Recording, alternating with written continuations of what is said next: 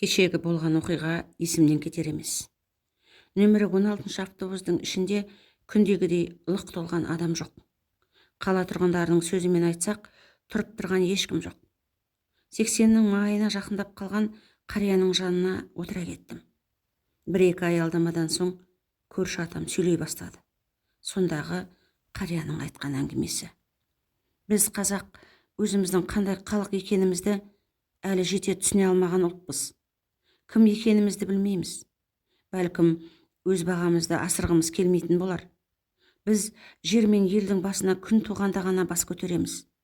Қалған уақытта бізден жуас халық жоқ. Өз-өзіміздің қадір қасиетімізді біреуге дәлелдеп әуре болмаймыз.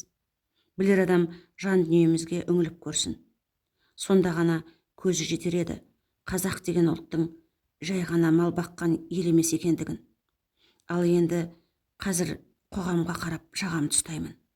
Сендер ата-бабаларыңның қандай болғанын білмейсіңдер. Білсеңдер, қазір түрлерің қазақ, тілдерің басқа болып жүрмейтін едіңдер. Шетелге шыққанда сендер қытайсыңдар ма деген сауалды естімейтін едіңдер. Қыздарың өзге ұлттың санын көбейтпес еді. Төрлеріңдегі домбыра құламас еді. Келіннің басынан ақ жаулығы түспес еді. Қарияларың батаның орнына карта ойнамас еді.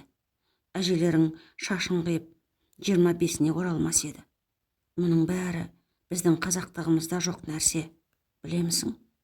Сендердің саналарыңды не жаулап алғанын білмеймін, бірақ ояну керек. Сендер өзбек емессіңдер. Сендер орыс емессіңдер. Қазақсыңдар. Қаны таза қазақсыңдар. Неге осыны сезінбейсіңдер?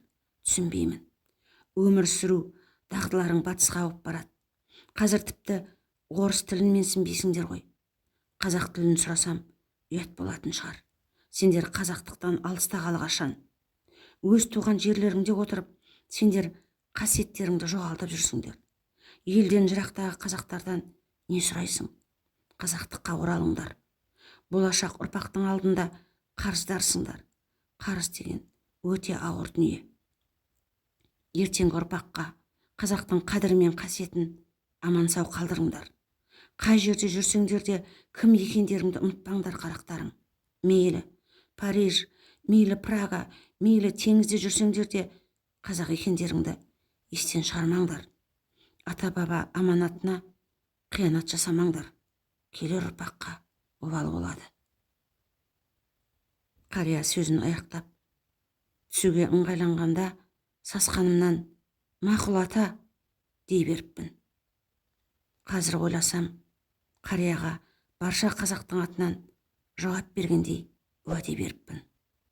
Ал уәдені орындау керек.